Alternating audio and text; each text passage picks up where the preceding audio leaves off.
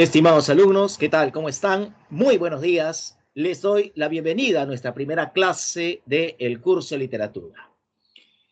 Me presento, soy el docente Eduardo Neira y bueno, nosotros llevaremos el curso de literatura los días jueves a primera hora, de 8 a 10 de la mañana. Bien, jóvenes, como ustedes pueden apreciar en sus respectivos monitores, el día de hoy, en nuestra primera clase, vamos a hablar acerca de importantes conceptos básicos en torno al curso de literatura. Luego procederemos a hablar acerca de aspectos concernientes a la literatura universal. Empezaremos hablando acerca de la literatura griega, hablaremos de importantes manifestaciones como la épica, y vamos a tener en consideración dos obras muy destacadas, dos epopeyas, la Ilíada y la Odisea. Y en la parte final de nuestra clase hablaremos acerca del teatro desarrollado en la antigua Grecia.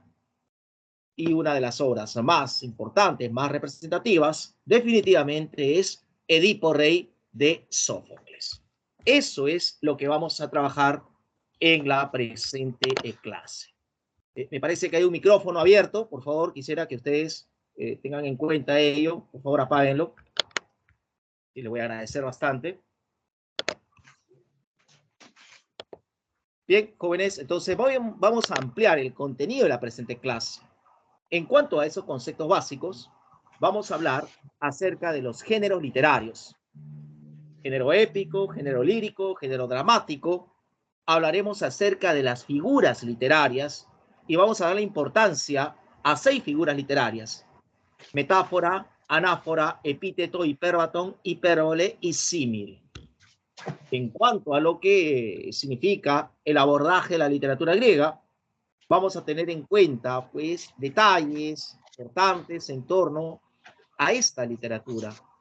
Hablaremos de la épica, hablaremos de ciertas características generales de las epopeyas homéricas y justamente entre ellas aparecen la Ilíada y la Odisea. En cuanto a la tragedia griega, vamos a tener en consideración 3 puntos esenciales: orígenes, representación y finalidad. Y luego ya apreciaremos el argumento de Edipo Rey. Vamos a tener en consideración la temática y un comentario en torno a la obra. Eso es entonces lo que vamos a trabajar en la presente clase. Antes de iniciar la exposición, quisiera consultar con ustedes cómo va el audio. ¿Se está escuchando bien? ¿Hay algún inconveniente?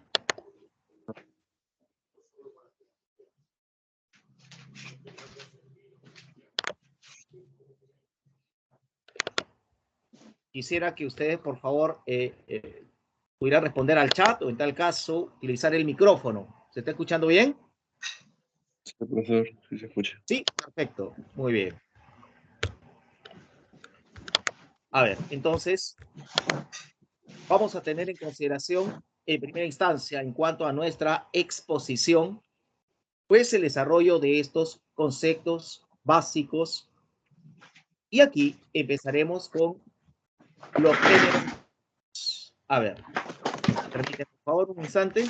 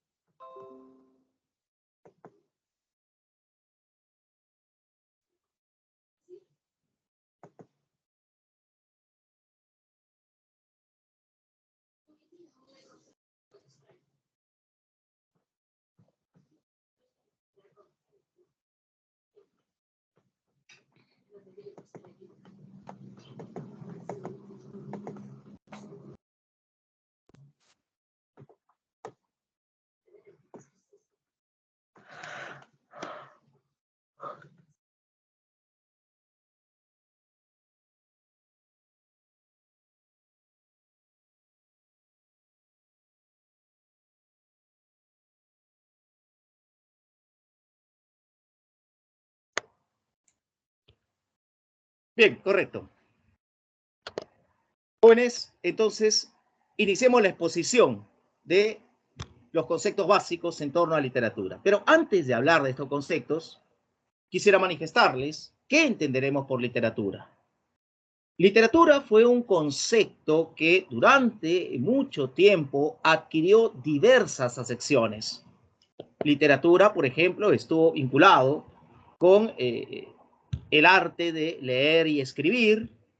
Luego se le otorgó la noción de alfabeto, de conocimiento, y posteriormente literatura se definirá como un hecho social de bastante complejidad, en el cual apreciaremos cómo intervienen los elementos de la comunicación. O sea, va más allá del arte de expresarse a través de la palabra o a través de lo que significa la escritura. Así entonces vamos a definir el concepto de literatura. Bien, jóvenes, entonces empecemos hablando acerca de los géneros literarios. ¿Cómo vamos a definir a los géneros literarios? Los géneros literarios son categorías que se van a emplear para sistematizar la multiplicidad de obras literarias. Es decir, son formas institucionalizadas que se encargarán de agrupar a las obras de acuerdo a sus características comunes. Y en ese sentido, entonces, vamos a darle la trascendencia del caso al gran aporte de los antiguos tratadistas como Aristóteles y Horacio, quienes fueron los encargados de brindarnos las primeras aproximaciones a lo que nosotros hemos definido como géneros literarios. En el curso que llevaremos, nosotros vamos a trabajar con un enfoque tradicional y por lo tanto vamos a considerar como importantes 3 géneros literarios. Reitero lo que estoy aseverando. Nosotros vamos a trabajar con un enfoque tradicional y vamos a darle importancia a 3 géneros literarios: el género épico, el género lírico y el género dramático. Es obvio que ustedes durante esa etapa de formación previa que han tenido han conocido otros géneros. Por ejemplo, el género narrativo, el género ensayístico, género didáctico, en fin. Pero lo cierto es que dejaremos de lado esos géneros y solo trabajaremos con los 3 que ustedes están apreciando. ¿Estamos de acuerdo? Me gustaría, jóvenes, que interactúen, ¿sí? Que utilicen el chat o eventualmente el micrófono. Sí, dígame. No, sí, sí quedó todo claro. Estamos de acuerdo, o sea, trabajaremos con 3 géneros literarios: el épico, el lírico y el dramático. Y lo que vamos a hacer a continuación es hablar acerca de las características de cada uno de ellos. Y empezaremos hablando acerca del género épico. Miren, el género épico se caracteriza porque es esencialmente narrativo, y eso ténganlo en cuenta. Reitero, el género épico es esencialmente narrativo. ¿Por qué? Porque en la épica apreciaremos la intención de contar, de narrar algo. ¿Correcto? Entonces, eso es lo que aparece en la naturaleza del género épico. Pero aquello que se nos narra es algo que ya pasó.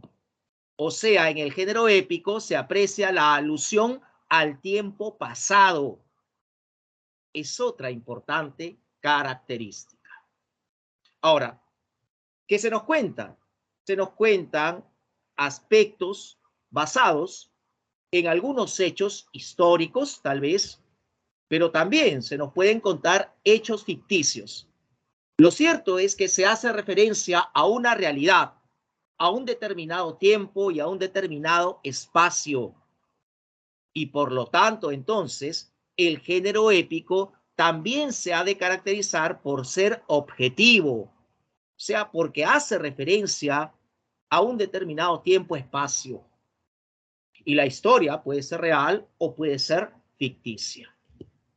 Ahora, en algunas ocasiones, cuando se cuenta algo, esa voz enunciativa, que más adelante será conocida como narrador, esa voz enunciativa no participa de los hechos, de los acontecimientos, de las acciones. Entonces, esto creará la sensación de impersonalidad, o sea que esa voz que cuenta la historia no pertenece a la propia historia, ¿no? Entonces, estamos viendo varias características, ¿no? Es narrativo, alude al pasado, es objetivo y crea la ilusión de impersonalidad. Ahora, evidentemente en la épica prevalecen las narraciones. Estas narraciones se alternarán con descripciones y se describirán lugares, objetos y personajes. Entonces, esas serán las características del género épico. Ahora, tengamos en cuenta esta información que no aparece ni en la diapositiva ni en el material, pero seguramente ustedes lo saben. Cada uno de estos géneros posee subclasificaciones, a las cuales vamos a denominar especies. Entonces, recurriendo a la etapa de formación de ustedes, recurriendo al conocimiento previo, ¿recuerdan ustedes algunas especies del género épico?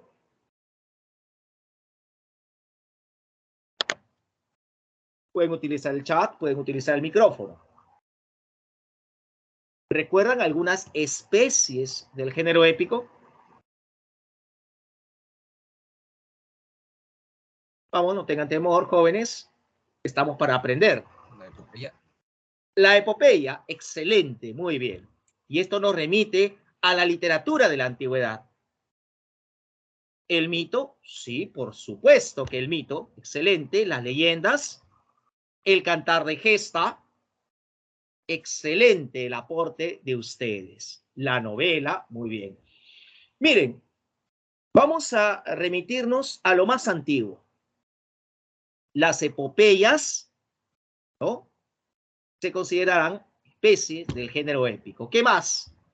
Los poemas épicos, el cantar de gesta, correcto. Pero como nosotros solamente vamos a trabajar con estos tres géneros literarios y hemos dicho que el género épico es esencialmente narrativo, las formas narrativas las consideraremos como especies del género épico. Y ustedes están brindando muchos ejemplos de formas narrativas. Novelas, cuentos, mitos, leyendas, tradiciones, crónicas. Muy bien, entonces debemos de tener en cuenta ello como especies del género épico. Muy bien, gracias por ese aporte, es muy importante esta interacción. Ahora hablemos acerca del género lírico. El género lírico se caracteriza porque a través de él el autor se expresa desde su mundo interior y nos da a conocer una serie de sentimientos y emociones. O sea, a través de este género, el autor expresa, por ejemplo, alegría, tristeza, nostalgia, el sentimiento amoroso también prevalece allí, etcétera, ¿no? Entonces, vamos a ver cómo, a diferencia del género épico, que se caracterizaba por ser objetivo, porque aludía a una realidad externa, el género lírico es, por el contrario, subjetivo. Entonces, esto es lo que caracteriza a este género. ¿Cuáles serían entonces las especies del género lírico? Bueno, vamos a remitirnos a diversas expresiones poéticas. Por ejemplo, ¿sí?, la oda, la égloga, la elegía, La sátira, profe. la canción, sí, por supuesto, la sátira también, o la poesía satírica. Podríamos hablar de los signos, podríamos mencionar a los madrigales, podríamos mencionar a los epigramas. Entonces, son diversas especies las que encontraremos en el género lírico. Muy bien, excelente. Ahora hablemos acerca del género dramático. El género dramático se encargará de representar las acciones a través del diálogo y el movimiento que realizarán los personajes. O sea, vamos a ver cuán importante es la palabra representación dentro de lo que es la dramática. ¿A qué llamaremos representación? Bueno, vamos a encontrarnos con actores que van a representar o encarnar ciertos roles. Claro, estos actores van a desenvolverse en un escenario y en ese escenario van a dialogar, se van a mover, van a interactuar y claro, todo lo que realizan ellos será apreciado por un público espectador. A esto llamaremos representación. Entonces, se trata de un género que podríamos considerarlo como subjetivo, porque los personajes obviamente expresan lo que sienten y sus emociones, y objetivo a la vez, porque hace referencia a ese ámbito externo a los personajes, una determinada realidad. Obviamente aquí también encontraremos especies. ¿Cuáles serán las especies del género dramático? Para ello, tendríamos que remitirnos a la literatura de la antigüedad.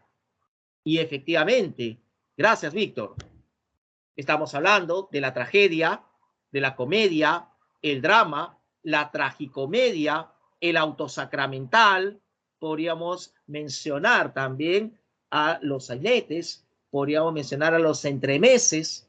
Entonces, vamos a encontrarnos con diversas formas de representación, ¿no? Especies del género dramático.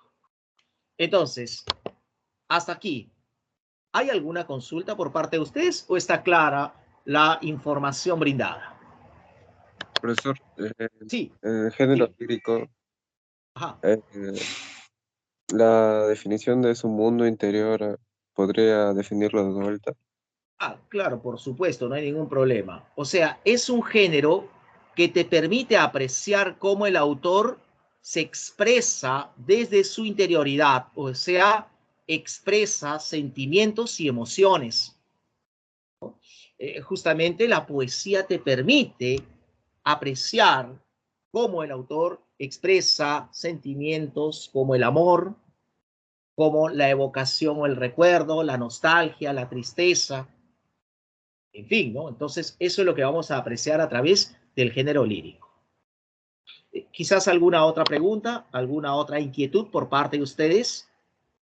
La ópera. Bueno, yo tengo entendido que la ópera está incluida dentro de la dramática porque vamos a poder apreciar una serie de representatividad ahí, pero en fin, incluye música y otros detalles, ¿no?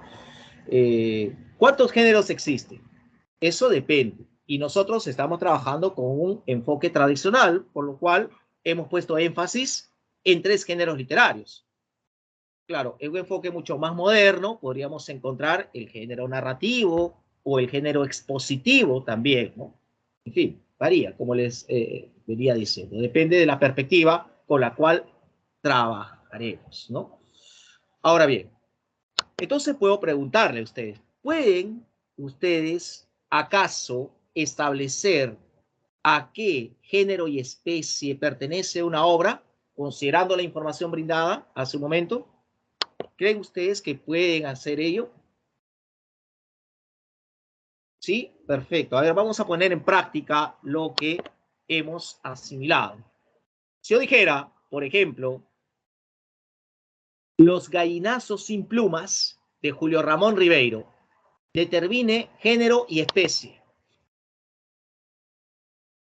Vamos, aplique. Género épico, correcto. Especie.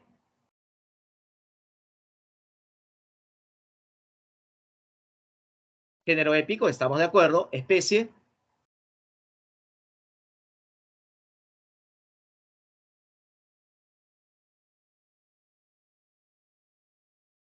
Los gallinazos sin plumas, ¿qué es? De pronto una novela, un cuento, una leyenda, un cantar de gesta, correcto. Género épico, especie, cuento. Excelente, muy bien. Sigamos. Si yo dijera, por ejemplo, a la vida retirada, obra de Fray Luis de León, poeta del Renacimiento español. Determine género y especie.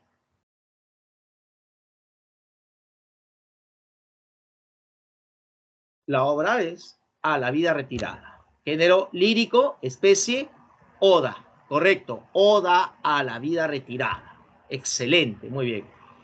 Si yo dijera, por ejemplo, a ver, veamos, Ollantay.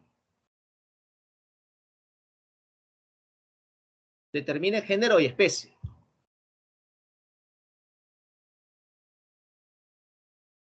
Épico, leyenda, no. No es.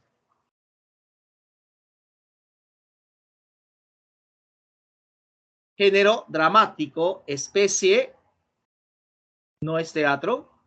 Género dramático, sí, pero la especie es correcto, Xiomara. Género dramático, especie, drama. ¿Sí? Entonces, creo que con la práctica ustedes van a tener mucho más facilidad de poder establecer el género y especie de las obras. Por ejemplo, vamos a tener en consideración, a ver, un ejemplo adicional. Poema de Mio Cid. Poema de Mio Cid. Género y especie.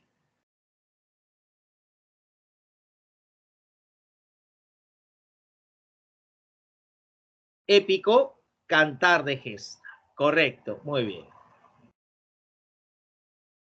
Excelente, sí. El poema de Mio Cid es una obra que pertenece al género épico y en cuanto a la especie se trata de un cantar de gesta. Nicolás tiene razón, las tragedias terminan mal, efectivamente, ¿no?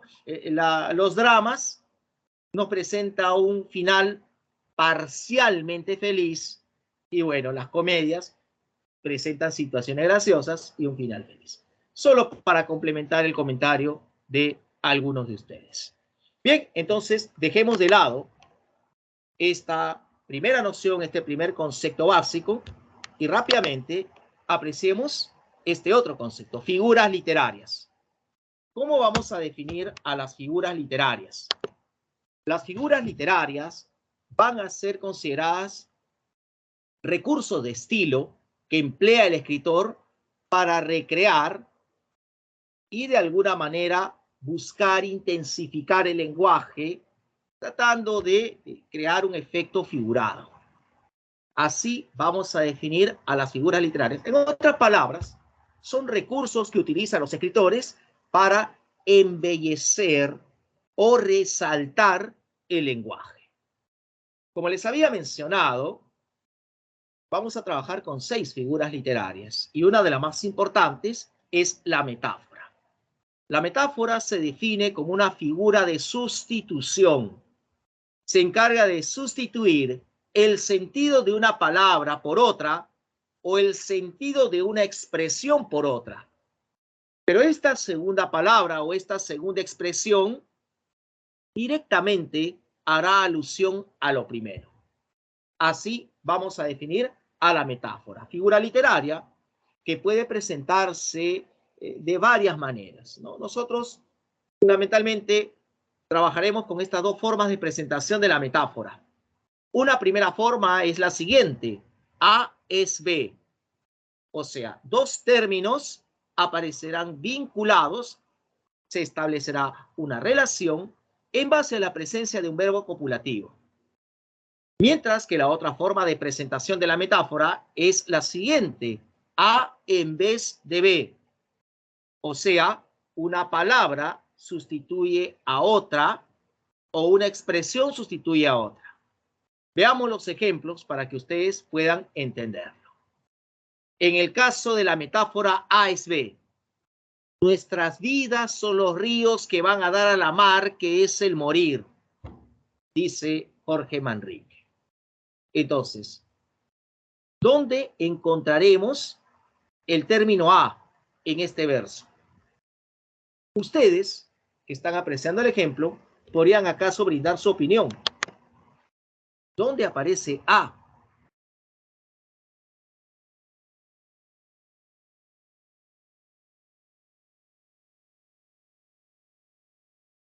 Dos términos, reitero, vinculados por un verbo copulativo. En este caso, dejen de lado el término nuestras y a estará representado por vidas. ¿Correcto? Vidas. Ajá. Excelente. Muy bien. Mientras que el término B, ríos. Vidas, ríos. Claro, y de pronto hay una relación que se establece allí, ¿no? El río nos presenta un transcurrir hasta su desembocadura. La vida también es un transcurrir hasta la muerte, ¿verdad? Entonces ahí se establece la metáfora. Y aparece el verbo copulativo, son en este caso. Es, son, serán, fueron, puede conjugarse de varias formas. Entonces es una primera manera de presentarse esta figura literaria denominada metáfora. Vamos a la segunda forma, A en vez de B. La noche ha prendido sus claros diamantes. La noche ha prendido sus claros diamantes. ¿Hay metáfora allí? Claro, hay un sentido metafórico. Y de pronto, ¿dónde encontramos esa metáfora? Noche, prendido, diamantes. ¿Dónde? Voy a hacerles una pregunta y quiero que me respondan con toda sinceridad. Si ustedes se imaginan y piensan en la noche ¿te presenta diamantes? ¿Tiene diamantes la noche? Respondan esta pregunta, en primer lugar. ¿La noche tiene diamantes? No, no tiene diamantes, pero tiene algo similar, ¿verdad? De pronto, los diamantes, ¿por qué se caracterizan? Por ese brillo, ¿verdad? Que llama la atención.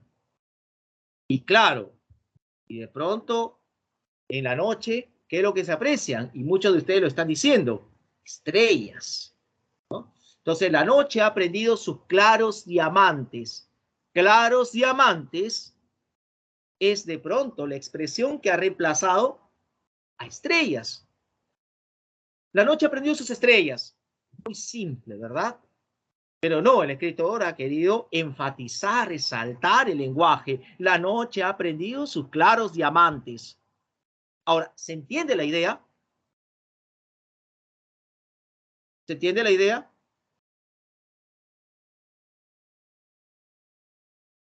¿Sí? O sea, vamos a ver cómo se ha reemplazado, ¿verdad? Figura de sustitución, les había mencionado. En este caso, A sería claros diamantes y B sería estrellas. A en vez de B. Espero que haya quedado claro. Sigo con algunos ejemplos. Si yo dijera el invierno de la vida, ¿hay metáfora allí? El invierno de la vida. ¿Hay metáfora allí? Vamos. Sí. Y si hay metáfora, ¿de qué forma sería? ¿De la primera o de la segunda forma? ¿Primera o segunda? El invierno de la vida. Correcto. Se refiere a la vejez. Muchas gracias, Carlos. Efectivamente. Es de la segunda forma, y claro, el invierno de la vida hace referencia a la vejez. Y si yo dijera, tus palabras fueron cuchillos hirientes, ¿hay metáfora? Tus palabras fueron cuchillos hirientes. ¿Hay metáfora? Sí, y muchos opinan que de la primera forma. Entonces creo que ha quedado clara la idea en torno a la metáfora, ¿no?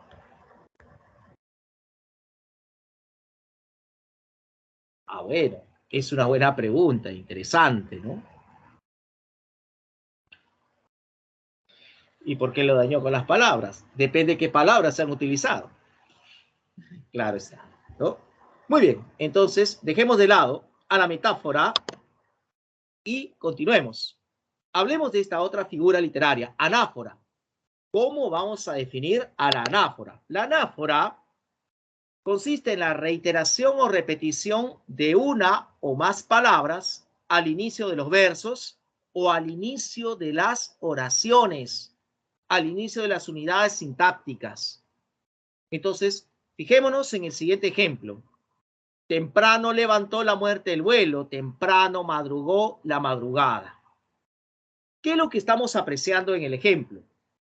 Que los versos van a iniciar con una misma palabra en este caso.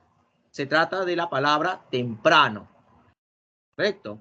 Entonces, ¿sería este acaso un ejemplo de anáfora? Pregunto, ¿ustedes han escuchado acaso o leído quizás el poema titulado Canto Coral a Túpac Amaru?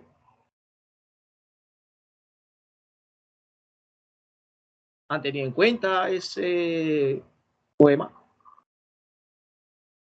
De autoría de Alejandro Romualdo, ¿no? En una parte del poema se lee lo siguiente sobre Túpac Amaru. Querrán volarlo y no podrán volarlo. Querrán romperlo y no podrán romperlo. Querrán matarlo y no podrán matarlo.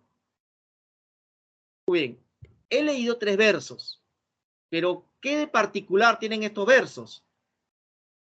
Que al principio se repite una palabra, y es la palabra, como bien dice aquí Víctor, querrán.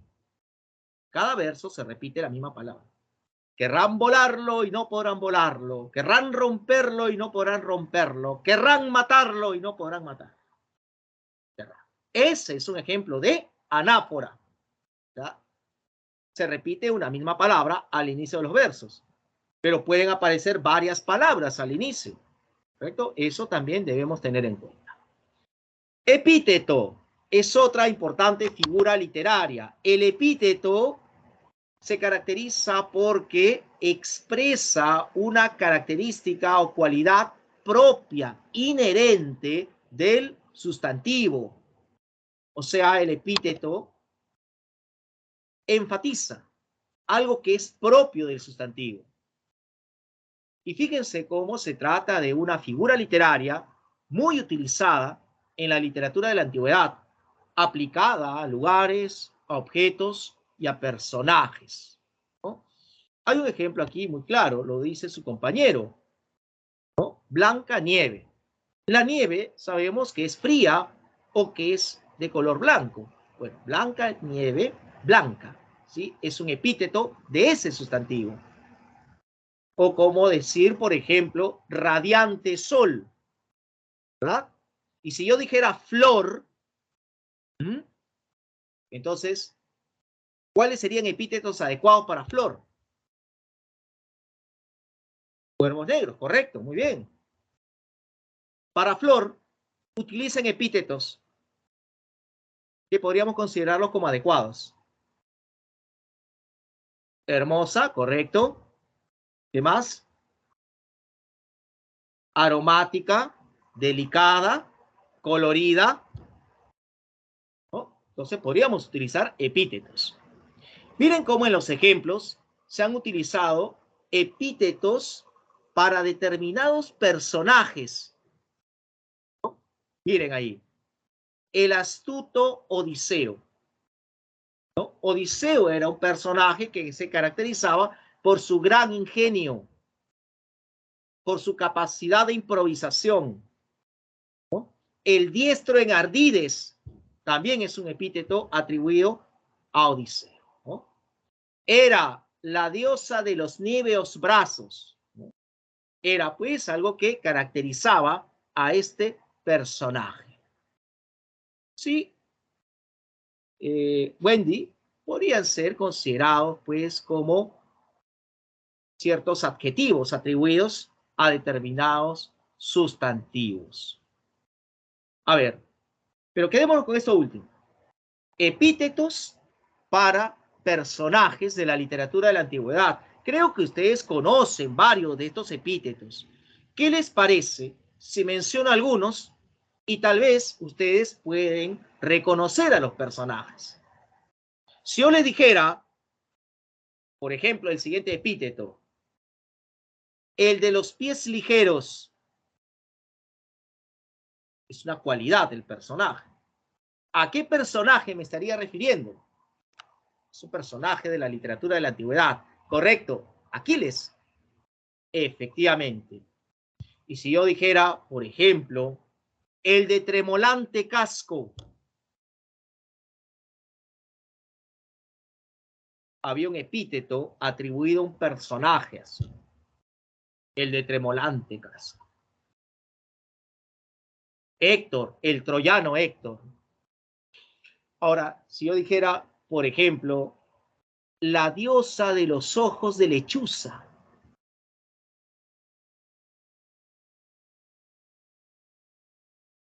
¿quién era esa diosa? Tenía ese epíteto.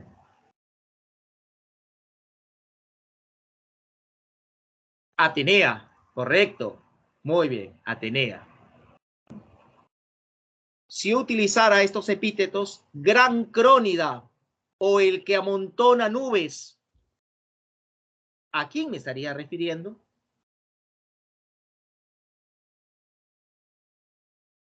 ¿Quién es aquel dios que amontonaba nubes? Poderoso él en el Olimpo. Zeus, correcto, muy bien. ¿No? Ya, para finalizar, el que hiere de lejos, ¿quién era aquel personaje, en realidad un dios olímpico, que tenía esa capacidad? El que hiere de lejos. Claro, Apolo a través de sus flechas, ¿verdad? Muy bien, excelente. Entonces creo que tenemos ya una noción del epíteto. Para terminar, escuchen con atención, ¿no? Es un ejemplo verbal. Los valientes griegos llegaron en cóncavas naves a la sagrada Troya. ¿Cuántos epítetos hay allí? Repito, los valientes griegos llegaron en cóncavas naves a la sagrada Troya. Valientes, cóncavas, sagrada. 3 epítetos. Creo que ha quedado claro. Muy bien, entonces pasemos rápidamente a apreciar las otras figuras literarias. El hipérbatón.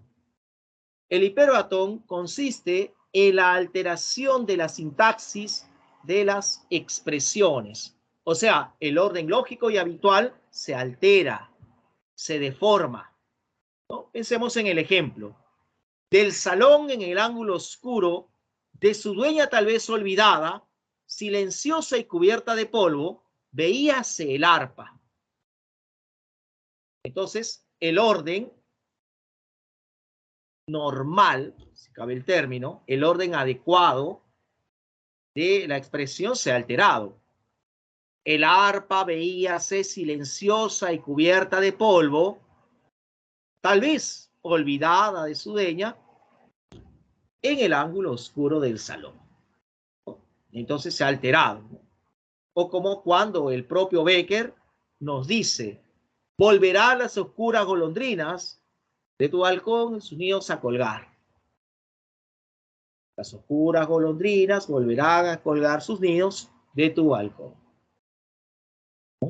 A Dios le doy gracias. ¿Cuál sería el orden adecuado? A Dios le doy gracias.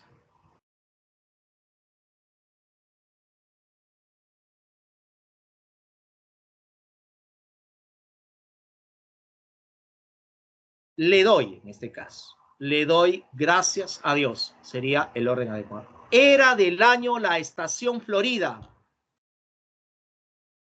Era del año la estación florida.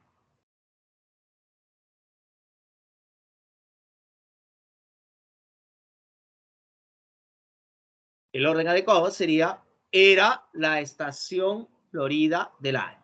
Correcto, muy bien, excelente. Hipérbole. Pasemos a esta otra figura literaria, que se define simplemente como exageración de determinados atributos.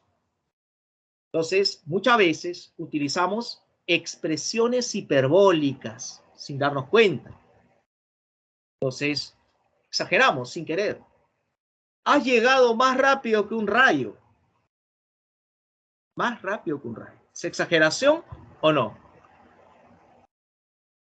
En casa tengo 1 millón de cosas que hacer. Tengo 1 millón de cosas que hacer. ¿No? Miren el ejemplo. No hay extensión más grande que mi herida. Extensión más grande. En fin. O como cuando Garcilaso menciona que con su llorar, de pronto las piedras dejan de lado su natural dureza. Óyeme donde estés, por esta herida no sale solo sangre, me salgo yo. Exageración. Entonces, estamos apreciando. Muy bien. Por favor, no hablen de mamut, no hablen de comida, no he tomado desayuno todavía, pero en fin, son los avatares que tenemos que sobrellevar los docentes. Prosigamos, y no quiero seguir exponiendo, ¿sí? Conflictos de pronto personales. Y hablemos del símil. El símil es una figura literaria que busca establecer una relación de comparación entre dos términos. Comúnmente se utiliza un modelizador comparativo, la palabra como. Miren el ejemplo. Unos cuerpos son como flores, otros como puñales, otros como cintas de agua.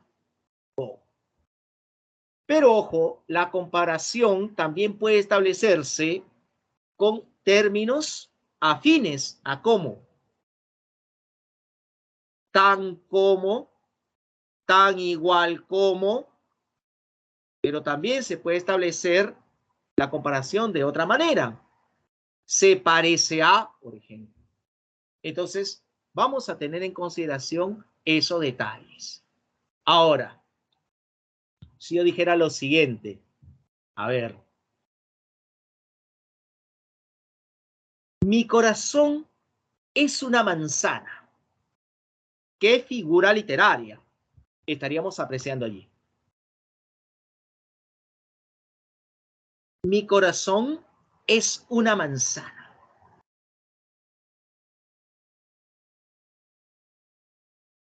Vamos, apliquemos metáfora, ¿verdad?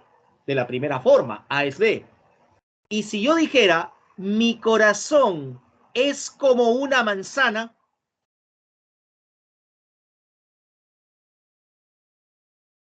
símil, ¿correcto?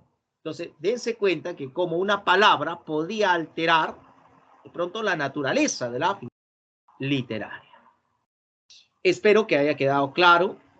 Nos hemos excedido un tanto del tiempo, pero bueno, vamos a tratar de acomodarnos, ya que a continuación empezaremos ya a hablar acerca de la literatura de la antigüedad y empezaremos hablando acerca de la trascendencia de la literatura griega. La literatura griega, miren jóvenes, adquiere una gran importancia debido a que es la única literatura europea en la cual se aprecia que sus formas se han originado a partir de sus propias instituciones, ya sean sociales o culturales. O sea, se caracteriza por ser original. Pero también la literatura griega se caracteriza por ser considerada la matriz de las demás literaturas que surgirán en el mundo occidental. O sea, la literatura griega es formativa. Se encargará, pues, de brindarnos las bases para la creación de posteriores literaturas. Además, debemos mencionar que esta literatura griega, debido a su calidad formal y debido a su contenido problemático en torno a temas esenciales de la existencia humana, se ha permitido convertirse a través de sus diversas manifestaciones en paradigmas, en modelos universales, de tal manera que los conceptos brindados por los griegos desde la antigüedad en algún momento serán retomados, serán reconsiderados, serán materia de debate. En fin, entonces las discusiones que surgirán en el mundo literario van a tener relación con el aporte y los conceptos brindados por los griegos desde la antigüedad. Y esa es la gran importancia entonces que adquiere la literatura griega. Muy bien, hablemos entonces de una de las más importantes manifestaciones de la literatura griega, la épica. La épica griega surgió en una etapa de formación, en una época en la cual no existía la escritura. La literatura se difundía a través de la oralidad. Y en el desarrollo de la épica aparece un muy importante autor llamado Homero, el cual se dice habría vivido en el siglo VIII antes de Cristo. A Homero se le atribuye la autoría de dos importantes epopeyas, muy destacadas estas obras. Me refiero a la Ilíada y la Odisea. Muy bien, entonces vamos a tener en cuenta ciertos detalles, ciertas características de estas epopeyas homéricas. En primer lugar, debemos reiterar de que ambas epopeyas fueron compuestas para oyentes, no para lectores. Reitero, no existía la escritura en esa época. El objetivo de ambas epopeyas fue de celebrar la edad heroica, la edad comprendida entre los siglos XI y XIII a.C., una época en la cual se destacan las proezas bélicas de importantes héroes ya desaparecidos. La Ilíada y la Odisea también se van a caracterizar porque van a tener un fondo común, o sea, un tema que permitirá establecer vínculos entre ambos textos orales, de tal manera que ese fondo o ese tema común hace referencia a la guerra de Troya. Muy bien, y para culminar, debemos mencionar de que tanto Ilíada como Odisea pertenecen a un mundo aristocrático y señorial que tiene su ideal en el pasado. ¿Por qué pertenecen a ese mundo aristocrático? Porque las acciones las van a desarrollar personajes vinculados con la cúpula de poder, con la clase dominante. O sea, fíjense quiénes son los héroes, los personajes más importantes. ¿Son plebeyos? ¿Son esclavos? ¿Es gente del pueblo? ¿O son los gobernantes de las diversas polis, de las diversas naciones griegas y otras? El rey de Troya, el rey de Esparta, el rey de Micenas, el rey de Lacedemonia. En fin, ¿no? Entonces, eso es lo que vamos a poder apreciar ahí. Por eso se destaca el hecho de que busca exaltar a esa clase dominante. Esto en cuanto a algunas características importantes que comparten la Ilíada y la Odisea. A ver, antes de hablar de las características de orden formal, voy a revisar el chat. Ajá. Correcto. Sobre literatura medieval, déjame decirte que sí, precisamente es la literatura que se desarrolla a partir del siglo V después de Cristo hasta el siglo XV, también obviamente después de Cristo. Sin embargo, en este ciclo, poco o nada ahondaremos en torno a la literatura medieval, salvo algunos conceptos importantes como la noción de teocentrismo, y eso ya lo veremos en nuestra siguiente clase. ¿Sí? O sea, prácticamente literatura medieval no será abordado en este ciclo. Sigamos. A ver, y voy a tratar de responder, Wendy, tu pregunta mientras expongo las características formales. Muy bien. Debemos mencionar que en torno a estas características, tanto la Ilíada como la Odisea, es decir, cada una de estas obras, estará dividida en 24 partes, ¿sí? Y a estas partes se les van a denominar cantos o también rapsodias. Entonces, la Ilíada tiene 24 cantos, la Odisea también tiene 24 cantos o rapsodias. En cuanto a la métrica, hay un mismo patrón que se reitera en la estructuración de la obra. Recordemos que inicialmente se transmitió a través de la oralidad y ese patrón que se repite nos remite al empleo del hexámetro. Y finalmente, la figura literaria que se reitera es el epíteto, como ustedes ya han apreciado. Estas son importantes características formales, es decir, que tienen que ver con la estructuración y composición de la obra. Eso es lo que podría manifestarles en torno a estas epopeyas homéricas. Rápidamente, hablemos de la Ilíada. Pero claro, antes de hablar de la Ilíada, nosotros debemos de tener en cuenta ciertos detalles en torno a la literatura griega, jóvenes.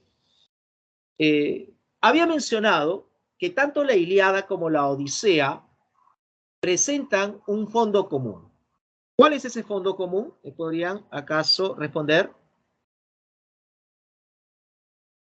El hexámetro, mientras ustedes van respondiendo, es un tipo de verso de la literatura griega, en este caso, que consiste básicamente en determinada métrica empleada en la antigüedad y que permitía la repetición.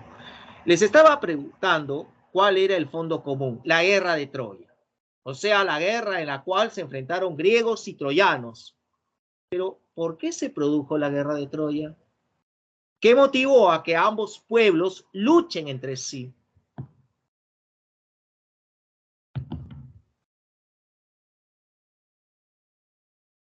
Quizás rivalidades políticas, quizás enfrentamientos en conos o el intento de supremacía en el Peloponeso, en fin. Pero estamos dentro del curso de literatura, no recurriremos a explicaciones ni históricas, ni explicaciones de pronto de orden geopolítico, sino que recurriremos a una explicación literaria. Y esto nos remite a recordar el mito de la manzana de la discordia. ¿Ustedes han escuchado ese mito? ¿Han escuchado el mito de la manzana de la discordia? Tal vez algunos sí, tal vez otros no. Pero habría que recordar, ¿verdad? El mito de la manzana de la discordia hace referencia a la unión nupcial entre un mortal y una diosa. El mortal se llamaba Peleo y la diosa se llamaba Tetis. Y entonces se llevó a cabo esta unión nupcial, había una celebración a la cual estaban invitados los más importantes dioses del Olimpo: Zeus, Hera, Atenea, Afrodita, pero se había evitado la presencia de la diosa Eris, diosa de la discordia, debido a que su naturaleza genera problemas, conflictos, el caos. A pesar de no estar presente en la celebración, Eris se las va a ingeniar para crear el caos. ¿Y cómo lo hará? A una manzana le hace una inscripción con letras doradas en la cual se leía: para la más hermosa, y la manzana es arrojada durante esa celebración. Y algunas diosas presentes allí, al ver la manzana, se consideraban como la poseedora de dicha fruta. Dice: para la más hermosa, es para mí. Perdón, disculpa. Y le arrebata otra diosa: esta manzana es para mí porque dice la más hermosa. Perdón, chicas, pero esta manzana me pertenece a mí, porque aquí dice la más hermosa y ustedes no lo son. Y así vamos a ver cómo diosas como Hera, Atenea y Afrodita empezarán a pelearse por la posesión de dicha manzana. Y claro, se crea pues de pronto la enemistad, el caos, el desorden. Pero vamos, alguien debe poner orden. Alguien debe decidir a quién le debe pertenecer esa manzana. ¿Quién podría decidir? Pensemos acaso en el Dios Supremo, Zeus. Pero Zeus está casado con Hera. Zeus optaría por su esposa. No puede ser Zeus, definitivamente. No, él no. ¿Quién debe escoger? Debe escoger quizás a un mortal. ¿Por qué no un mortal? Sí, que sea un mortal, pero no cualquier mortal. Debe ser un mortal que cumpla un requisito especial. Debe ser el hombre más hermoso en la tierra.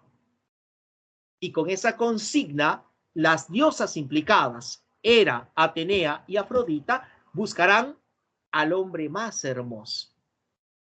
Entonces, lo buscan por aquí, por allá, en fin, llegan a siempre San Marcos, no existe, vamos a otro lugar, y llegarán finalmente a Ilión.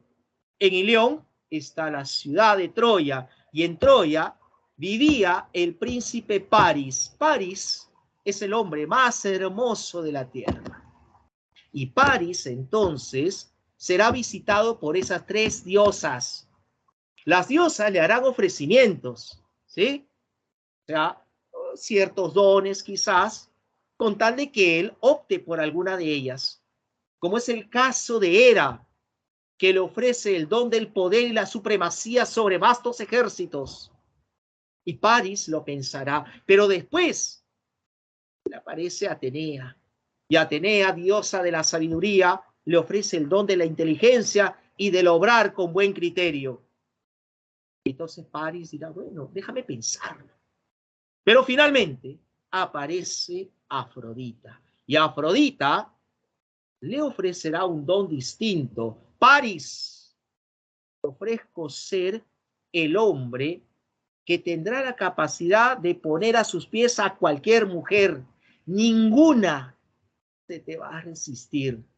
Vas a ser amado por ellas, vas a ser deseado por ellas, vas a parecer profe de literatura. Mira, piénsalo. Y Paris, al final, termina aceptando, ¿sí?, otorgar la manzana a Afrodita. ¿Cuál es la consecuencia? Porque esto tiene consecuencia. ¿Cuál es la consecuencia de ello? La consecuencia es que tanto Hera como Atenea sentirán animadversión hacia Paris y hacia el pueblo troyano. Por lo tanto, en la guerra apoyarán a los griegos.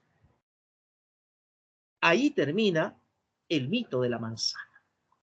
Pero vamos a ver cómo esto trae consecuencias. En una ocasión, desde Troya, es enviado Paris hasta Esparta. Esparta estaba gobernada por Menelao, que era uno de los Átridas. Su hermano es Agamenón. Menelao estaba casado con una mujer hermosísima, una mujer que despertaba las bajas pasiones de los hombres, una mujer llamada Helena. Y cuando llega Paris a Esparta y la conoce, no puede ser ajeno a esa belleza. Y él se enamora de ella. Y ella, a su vez, gracias al don de Afrodita, también se interesa por Paris. La atracción y el deseo es inevitable. Ambos se enamoran. Y entonces, un día, tanto Paris como Helena escapan de la ciudad de Esparta, ayudados por la diosa Afrodita, y se refugiarán en la ciudad de Troya. Entonces, eso era lo que había pasado. ¿Ustedes se imaginan cómo ha quedado Menelao? ¿Cómo creen ustedes que se siente Menelao ante lo que ha acontecido?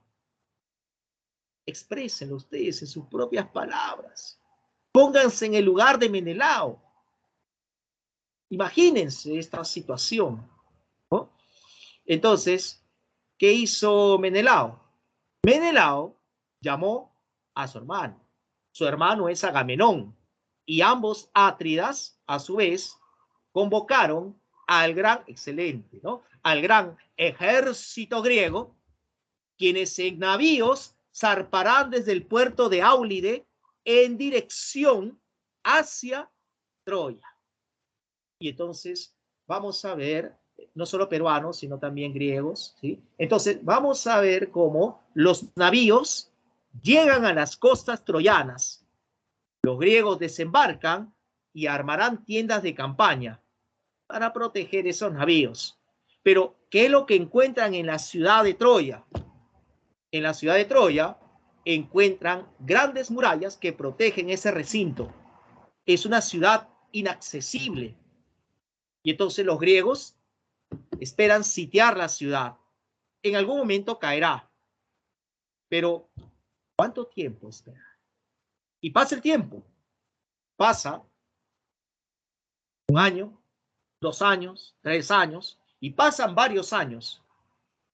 La Ilíada se encargará de narrarnos los acontecimientos que se suscitan el 10º año de permanencia de los griegos en territorio troyano. Veamos entonces qué nos ofrece la Ilíada. Entonces, en el inicio de la obra, el sacerdote Crises, que es un sacerdote troyano, sale de la ciudad amurallada para entrevistarse con el líder de los griegos, Agamenón. ¿Por qué? Porque Agamenón tenía como prisionera a la hija de Crises, llamada Criseida. Y Crises le dice a Agamenón, devuélvame a mi hija. Pero Agamenón, demostrando su poder y su soberbia, se niega. Y por más que insistió Crises, no pudo rescatar a su hija. Crises regresó a la ciudad amurallada e imploró al dios Apolo, y el dios Apolo se compadeció de él. Apolo entonces será el encargado de lanzar flechas invisibles que caerán tanto en los soldados griegos como también en los animales que ellos criaban, desatándose en las huestes griegas una terrible peste. Entonces, la peste será entendida como castigo de los dioses. Como la peste causa gran mortandad, los líderes griegos, entre ellos aparecen importantes nombres: Néstor, Diomedes, Áyax, Patroclo, Aquiles, Odiseo. Ellos entonces le piden a Agamenón que deponga su actitud, que devuelva a Criseida, a su padre, para aplacar la furia de los dioses. Y al principio Agamenón se niega, pero luego accederá, siempre y cuando, tras devolver a Criseida, él se quede con otra esclava, y decide apoderarse de Briseida, que era esclava de Aquiles. Y esto hizo de que Aquiles se moleste y se desata su furia. Por lo tanto, toma la decisión de no participar de las batallas y decide encerrarse en su tienda de campaña. Aquiles está muy molesto e implora al dios Zeus de que la victoria sea para los troyanos, con tal de ver derrotado y humillado a Agamenón. Y Zeus, que ha escuchado la petición de Aquiles, determina otorgarle a Agamenón sueños de grandeza. Y Agamenón sueña que es el triunfador en Troya. Pero al mismo tiempo, Zeus les infundirá valor a los soldados troyanos. Entonces, vamos a ver cómo se producen una serie de enfrentamientos en donde destaca, por ejemplo, la lucha entre los principales implicados. ¿Quiénes son los principales implicados en esta guerra? O sea, la guerra se ha desatado porque Helena se ha escapado, ¿verdad? ¿Quiénes serían los implicados ahí? ¿Quiénes deberían luchar? ¿Quién ha sido de pronto engañado? ¿A quién se le arrebató la mujer? ¿Y quién hizo eso? Claro, no. Tendría que ser París y Menelao. Ellos participan en la batalla. Y sabían ustedes que París estaba siendo derrotado y Menelao estaba a punto de matarlo cuando de pronto Afrodita interviene y salva a París. O sea, los dioses constantemente intervenían en el desarrollo de la guerra. Lo cierto es que los troyanos avanzarán, hacen retroceder a los griegos que estaban apostando en su barricada y las tiendas de campaña que habían construido, más aún sin la presencia de Aquiles. Y como están los troyanos derrotando a los griegos, Patroclo, el mejor amigo de Aquiles, en una actitud desesperada, le solicita a Aquiles retornar al campo de batalla, pero él se sigue negando. Y entonces le pide, le solicita la autorización de emplear sus armas, a lo cual accede Aquiles. Y así Patroclo, con las armas de Aquiles, sale al campo de batalla. Era de pronto un héroe que merecía luchar con un rival jerárquicamente del mismo nivel. Y aparece uno de los líderes troyanos, Héctor. Héctor lucha con Patroclo y al final Héctor lo derrota. Entonces, cuando Aquiles se entera de la muerte de su mejor amigo, esto hace que busque retornar al campo de batalla para vengar la muerte de su amigo. Con una nueva armadura elaborada por el dios Hefestos, Aquiles sale al campo de batalla y luchará contra Héctor. La lucha es encarnizada, pero finalmente Aquiles termina derrotando a Héctor.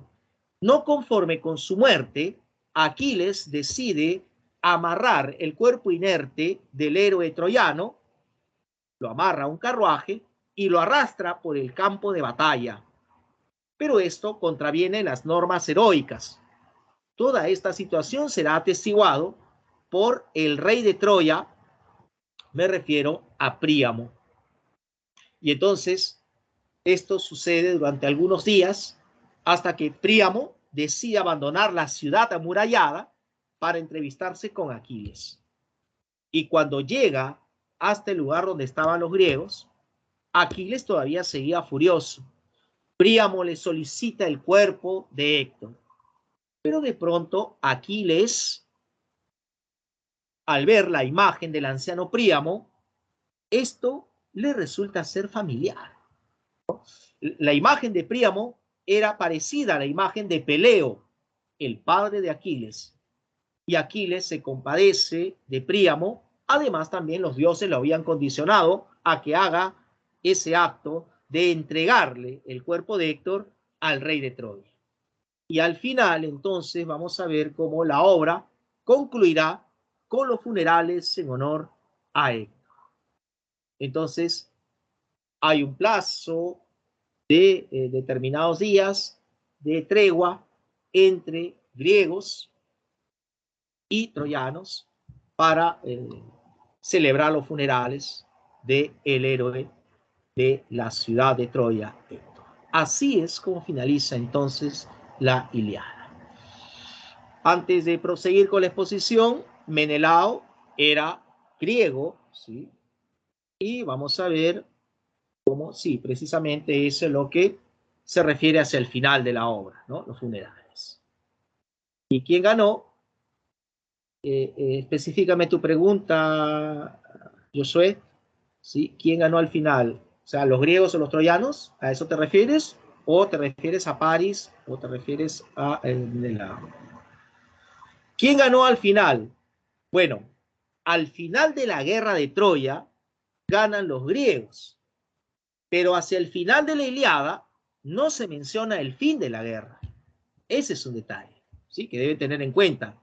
Solo se mencionan las luchas, los enfrentamientos y la muerte de Héctor. Ojo al detalle. Muy bien, hablemos entonces acerca de la temática. ¿Cuál es el tema central? El tema central de la Ilíada es la cólera de Aquiles y sus funestas consecuencias. Claro que hay otros temas. El tema de la guerra y sus implicancias, el tema de la mortalidad del hombre. El hombre aquí aparece como un instrumento de los dioses. Y finalmente también debemos considerar aquí el tema del amor a la patria, que se evidencia tanto en griegos como en troyanos. Ahora bien, el tema principal es la cólera de Aquiles. ¿Por qué se produce la cólera de Aquiles? Quisiera que ustedes me respondan ello. ¿Qué motivó a que Aquiles se llene de ira, de cólera?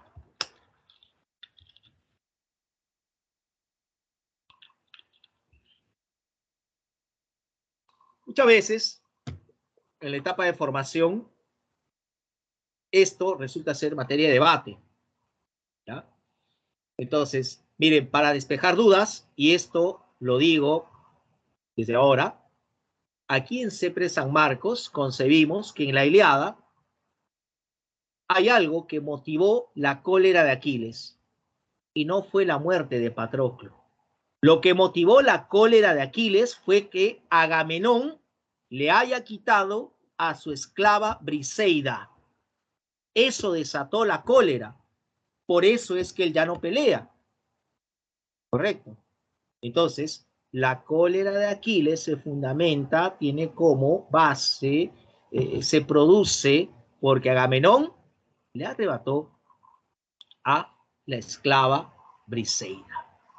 ¿Sí? Entonces, tengan en cuenta ello. No fue la muerte de Patroclo.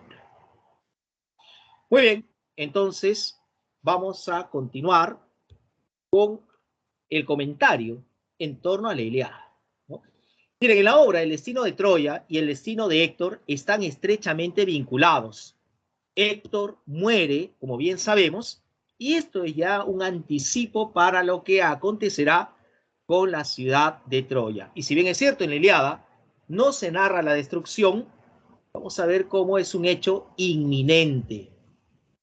La obra se caracteriza porque desarrolla un tono trágico en donde vamos a ver cómo se exaltan las proezas humanas de seres envueltos en destinos inevitables. El destino de Héctor es trágico, el destino de Troya lo mismo, el destino de Aquiles también lo será. Entonces, eso es lo que vamos a apreciar en la obra. Ahora, Homero tiene una concepción particular de la vida en la Ilíada. Para él, la vida es una lucha constante por medio de la cual el sujeto alcanza su mayor dignidad. Entonces, eso es lo que vamos a poder apreciar en torno, pues, a lo que significa la Ilíada. A ver, películas. En realidad no les recomiendo películas porque son adaptaciones, ¿no? Y no son fieles a la obra en sí. Entonces, muchas veces nos tienden a confundir en el desarrollo de los argumentos, que nos puede ayudar de alguna manera, más o menos, a visualizar cómo era la época, las luchas, etcétera. Podría ser acaso ello, ¿no? Sé, Troya, podría ser un ejemplo. Hay una película que creo que la suelen pasar eventualmente, La Odisea también. ¿Podrían acaso ver para solamente, de alguna manera, contextualizar la historia? Pero la mejor recomendación que les daría es que lean la obra, porque ustedes van a encontrar muchísimas diferencias. Les pongo un ejemplo. Miren, cuando yo era joven, hace poco tiempo, no, bueno, hace mucho tiempo, cuando yo era joven, por curiosidad, y solamente fue por curiosidad, me aventuré a ver una película que estaba en estreno en la época, que se llamaba Pantaleón y las visitadoras. Pero cuando yo leí la novela, encontré detalles que no reproducía la película. Lo mismo acontece con La ciudad de los perros, que es también una película y adaptación de otra novela de Vargas Llosa. O sea, por favor, tengan en cuenta, ¿no? Películas te puede guiar un tanto, pero no te va a reflejar fielmente lo que dice una obra. hay detalles en la obra, ¿correcto? Entonces, es la recomendación que les daría. Lean la obra, lean el texto.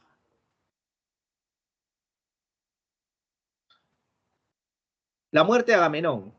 Pero la muerte de Agamenón, por ejemplo, la puedes encontrar en La Orestiada, que es una obra de Esquilo, donde Agamenón retorna pues a Micenas y es victimado por Egisto porque este antes había matado a su hija. En fin, es toda una gran explicación, ¿no? Pero bueno, es lo que podría mencionarles al respecto. El tiempo nos gana, jóvenes, rápidamente debemos hablar ahora de otra importante epopeya homérica, la Odisea. Entonces, en la Odisea, nosotros vamos a apreciar cómo el héroe Odiseo, tras la victoria en Troya, procura retornar a su patria.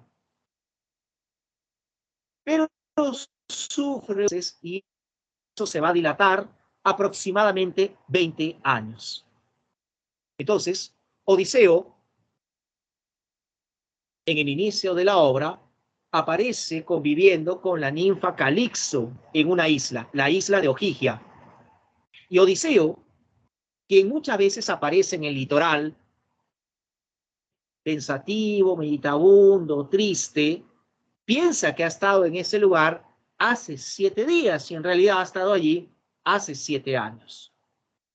¿Por qué Odiseo está pensativo y meditabundo? ¿En qué piensa? ¿Qué recuerda? ¿Qué añora? Él piensa en su patria, Ítaca, y piensa en su familia, su esposa Penélope y su hijo Telémaco.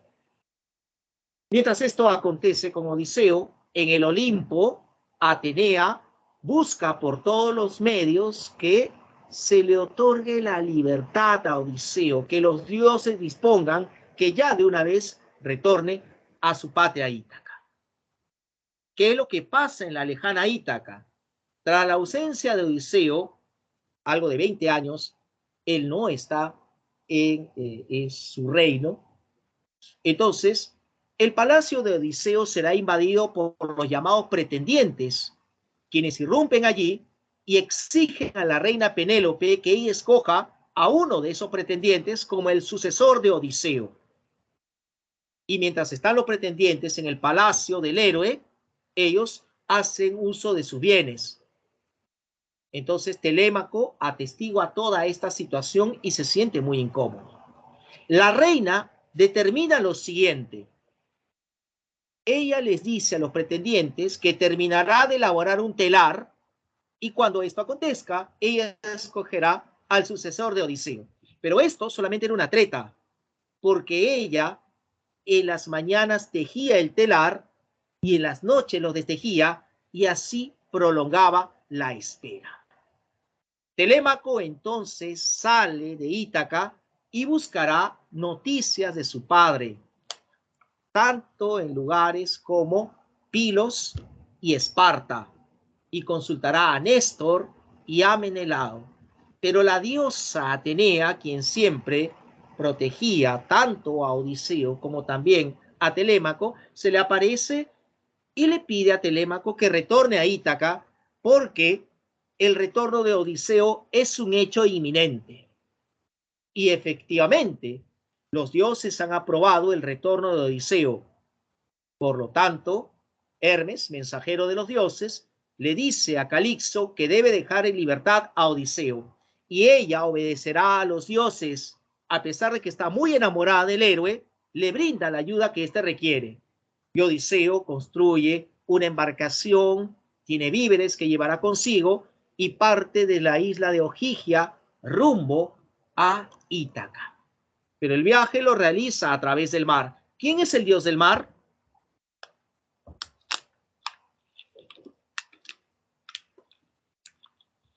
¿Quién es el dios del mar, jóvenes? Poseidón. Poseidón estaba enemistado con Odiseo porque éste había herido a uno de sus hijos. Y Poseidón hará naufragar al héroe. Odiseo aparecerá en las costas de la isla de los Feacios y allí será encontrado por Nausica, hija del rey Alcinoo. Nausica conduce a este forastero hasta el palacio de su padre. Y entonces el rey Alcinó lo trata de buena manera al forastero, quien aún no se ha identificado. Entonces le ofrece un banquete y lo hace partícipe de juegos florales. Y durante esta recepción aparece una Eda, quien con cítara en mano empieza a recitar los grandes acontecimientos de la guerra de Troya. Y se menciona que el ingenio de un tal Odiseo posibilitó la construcción de un caballo de madera que ingresó a la ciudad amurallada, y esto fue el principio de la victoria griega. Odiseo se emociona porque está escuchando sus propias acciones y revela su verdadera identidad. Le dice al rey Alcinó que él es el Odiseo del cual se está hablando. Y el rey entonces se sentirá muy maravillado de tener allí en su corte a un héroe de la guerra de Troya.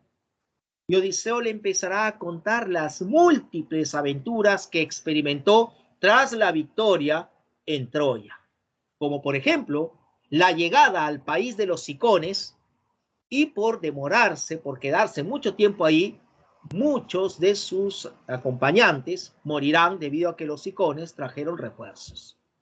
Luego cuenta cómo llegó a la isla de los lotófagos, lugar en donde quien come la flor de loto simplemente pierde la memoria. Luego Odiseo cuenta su llegada a la isla de los cíclopes y el enfrentamiento que tuvo con Polifemo y cómo lo engañó a este, cómo tras lacerarle el único ojo que poseía, pudo salvar a algunos miembros de su tripulación. ¿Qué había dicho Odiseo cuando Cíclope, en este caso Polifemo, le preguntó su nombre? ¿Cómo te llamas?, le dijo el Cíclope. Y Odiseo le dijo, me llamo Nadie. Muy bien. Y tras herirlo con una estaca, entonces el Cíclope desesperado empezó a llamar a sus demás hermanos. Hermanos cíclopes, vengan, me han herido. ¿Quién te ha herido? Nadie me ha herido. Bueno, si nadie te ha herido, entonces, ¿por qué te estás quejando? Entonces, fíjense las consecuencias del ingenio de Odiseo. Bueno, tras esta situación, apreciaremos cómo Odiseo ha arribado a la isla del dios Eolo, después a la isla de los Lestrigones, después cuenta su estancia en la isla y el palacio de la maga Circe, aquella hechicera que transformaba en cerdos a los hombres, pero tras doblegarla, Circe le dará recomendaciones para sobrellevar lo venidero. Por ejemplo, cómo descender al mundo del Hades, y allí en ese lugar se reencuentra con el espectro de su madre.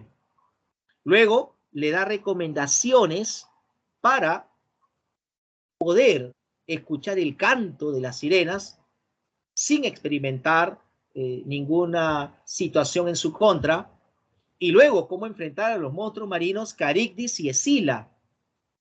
Así pues, finalmente Odiseo cuenta su llegada a la isla del dios Helios y finalmente su estancia en Ogygia. Y tras escuchar todo esto, saber cómo el rey Alcinó le brinda la ayuda que requiere Odiseo, y con esa ayuda, por fin, tras mucho tiempo, él regresa a su patria. Pero Odiseo se había quedado dormido durante el viaje.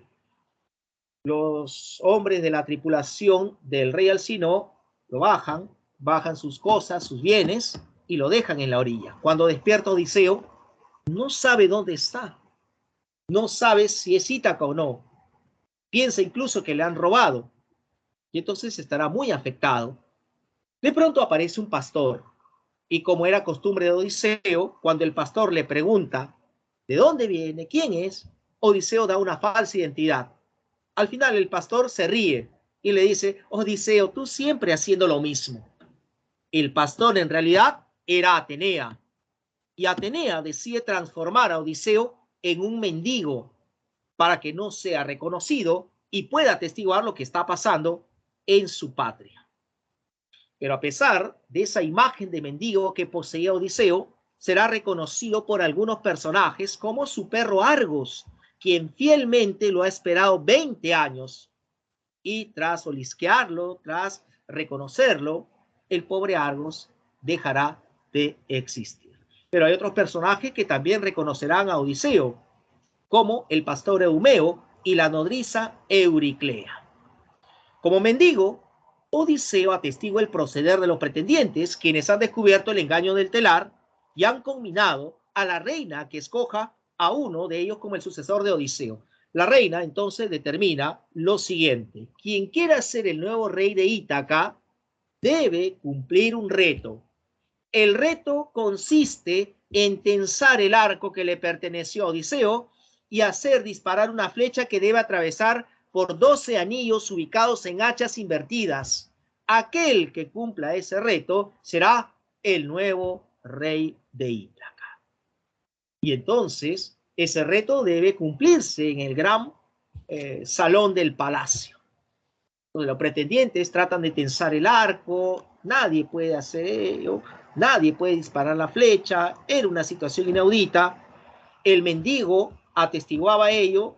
Muchas veces este mendigo ha sido ninguneado, maltratado, pero en un descuido, el mendigo coge el arco, lo tensa y dispara la flecha que atraviesa los 12 anillos. En ese instante, pretendientes, muy extrañados, se preguntan: ¿quién es ese hombre? Ese mendigo empieza a quitarse los harapos y lo reconocerán al final. Se trataba de Odiseo. Odiseo entonces ejecutará su venganza con ayuda de su hijo Telémaco, quien ya había descubierto que se trataba de su padre. Odiseo matará a todos los pretendientes y luego ordena la limpieza del gran salón y anuncia su retorno a la reina Penélope. Penélope tiene una mezcla de sentimientos, emoción porque se trata de Odiseo, pero al mismo tiempo duda y se pregunta: ¿este hombre es el mismo Odiseo quien 20 años atrás se fue? ¿Cómo saberlo? Y entonces Penélope lo pone a prueba y le dice lo siguiente a Odiseo: esposo mío, seguramente estás cansado tras tu largo viaje, así que he determinado que retiren nuestra cama nupcial de nuestra habitación para que sea llevada a una habitación mucho más amplia y puedas descansar allí. Y al escuchar estas palabras, Odiseo se percata de esa treta y le dice: pero mujer, ¿cómo es posible que hayan podido sacar el tálamo nupcial, nuestra cama, de esa habitación, ya que yo he construido esa cama en la corteza de un árbol? Yo mismo le he puesto los adornos. Es imposible sacar eso de allí. Y al escuchar esas palabras, Penélope se da cuenta de que se trataba del verdadero Odiseo. Odiseo, mi amor, eres tú. Tú ya sabes ya cómo te voy a recibir. Y así vamos a ver cómo le ofrece un gran recibimiento.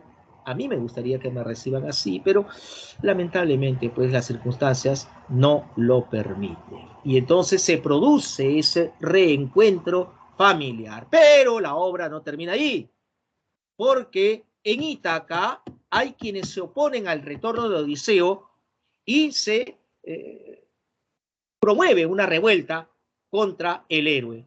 Pero al final la revuelta será disipada con intervención de Zeus y de Atenea. Así finaliza entonces la Odisea, una obra que tiene como tema principal el retorno de Odiseo y desarrolla otros temas como el amor a la familia y el amor a la patria. En la Odisea debemos reconocer que prevalece el mérito de la astucia y el ingenio del héroe Odiseo. Atenea es la diosa de la sabiduría y es quien siempre protege a Odiseo. Es importante mencionar que Homero en esta epopeya también nos vierte una concepción en torno a la vida. Si en la Ilíada la vida era una lucha constante, en la Odisea la vida es un viaje difícil cuyos peligros son necesarios afrontar para poder realizar el destino personal.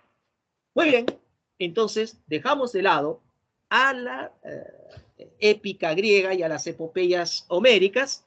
Y rápidamente vamos a introducirnos en el desarrollo de la tragedia griega. Orígenes, representación y finalidad. Orígenes de la tragedia griega. ¿De dónde surge la tragedia? La tragedia surge del antiguo ditirambo. ¿Qué era el ditirambo?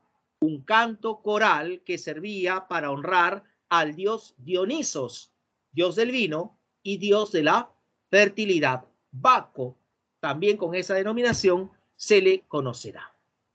Si estamos asumiendo que el ditirambo es un canto coral, o sea, existía un coro.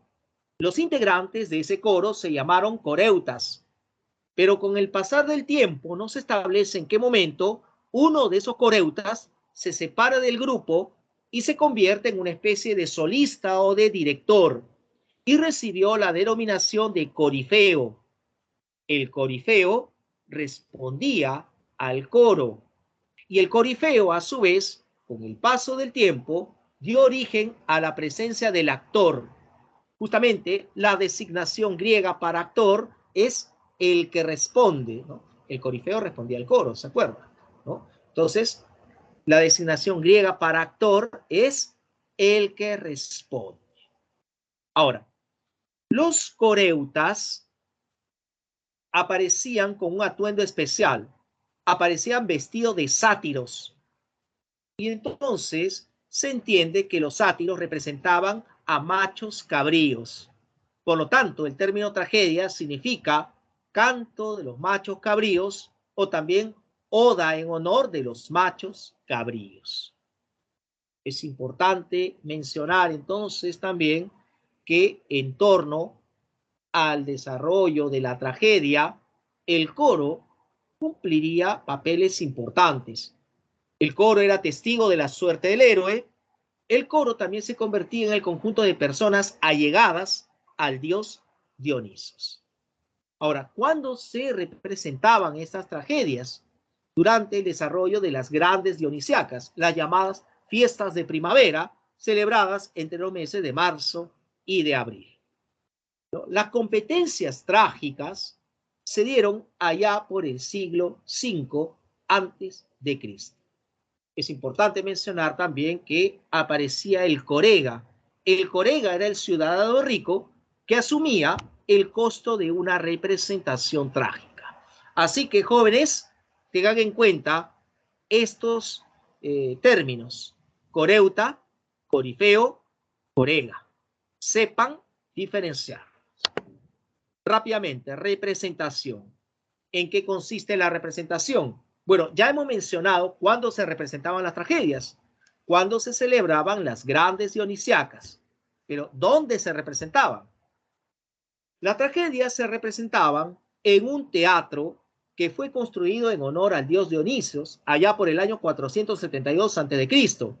Miren ustedes, aprecien la estructura de ese teatro. Visualícenlo, jóvenes. Y miren ustedes, en ese teatro, ustedes están apreciando una construcción en forma semicircular y hay graderías. Y en esas graderías se ubicaban los espectadores. Pero en la parte inferior, fíjense, hay una estructura semicircular llamada orquesta. En la orquesta se ubicaban los integrantes del coro, es decir, los coreutas. Pero la orquesta limitaba con otro espacio llamado escena. En la escena aparecía el actor que representaba un héroe y detrás de la escena había un fondo que comúnmente era un palacio. En ese lugar entonces se llevaban a cabo las representaciones trágicas. Ahora, ¿en qué consiste la representación? En la interacción de los participantes, quienes utilizaban máscaras y disfraces. Así se podía diferenciar quién era coreuta, quién era actor. Es importante mencionar que durante la representación habían partes cantadas que recaían en el coro y partes recitadas que recaían en el actor.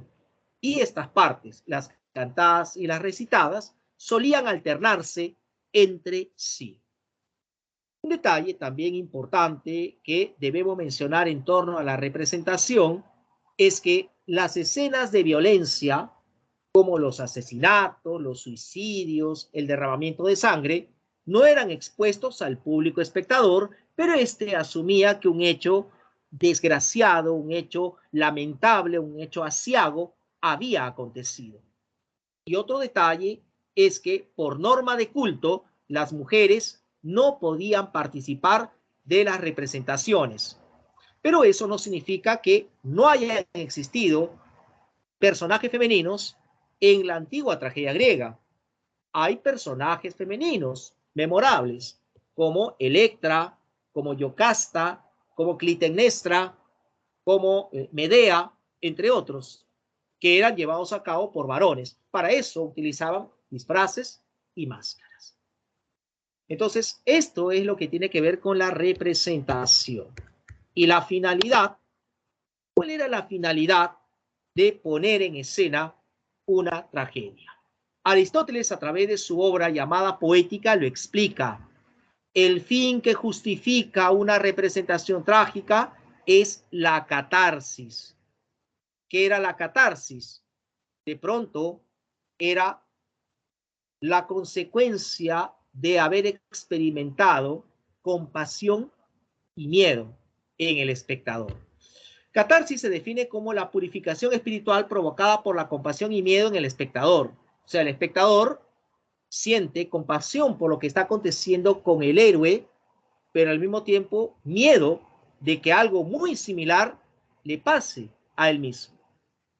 Finalmente es una sensación de alivio de que esto no ocurra. A eso llamaremos catarsis, que se define también como la purificación de las pasiones humanas mediante la emoción estética. Entonces, la finalidad de una tragedia es despertar la catarsis en el espectador. Ahora bien, hay muchos otros detalles que debemos considerar en torno a la tragedia griega. Importante es el concepto de lo trágico o la concepción fatalista de la vida, la idea de destino inevitable que está presente en las tragedias. Nadie puede escapar de su destino. El héroe debe estar a la altura del conflicto y debe enfrentar ese destino, no debe huir. Por otro lado, el héroe es un personaje que pertenece a la clase dominante. Eso también hay que tener en consideración. Y por otro lado, Aristóteles define a la tragedia con la denominación de mímesis. ¿Qué es la mímesis? ¿Cómo se entiende a esta palabra mímesis? Como copia, representación o imitación de un aspecto de la realidad que es puesto en escena y es apreciado por los espectadores. Detalles que debemos considerar en torno a la tragedia griega. Rápidamente, hablemos de los representantes de la tragedia. Son tres los más destacados exponentes de la tragedia griega: Esquilo, Sófocles y Eurípides. Nosotros vamos a centrar nuestra atención en Sófocles y sus importantes aportes. Por ejemplo, vamos a ver cómo Sófocles incrementó a más de 2 el número de actores. O sea, se entiende que con Sófocles apareció el tercer actor. Al haber 3 actores en escena, obviamente hay mayor dinámica y por eso se dice que le otorgó amplitud al campo de la acción dramática. También le otorgó importancia al diálogo, ya que hay más actores en escena, pero un aporte importante de Sófocles que debemos reconocer es que él profundizó en la personalidad y en las motivaciones de sus héroes. Es decir, lo que hizo Sófocles es exponer los diversos conflictos que experimentaban sus personajes: miedos, temores, angustias, etc. Y por otro lado, a diferencia de su predecesor llamado Esquilo, el cual se encargó de cultivar las trilogías, siendo la única que se llegó a conservar la denominada Orestiada. A diferencia de ello, Sófocles cultivó la obra individual, no trilogías, solo la obra individual. Muy bien. A Sófocles se le atribuye la autoría de obras como Edipo Rey, Edipo en Colona, Áyax, Antígona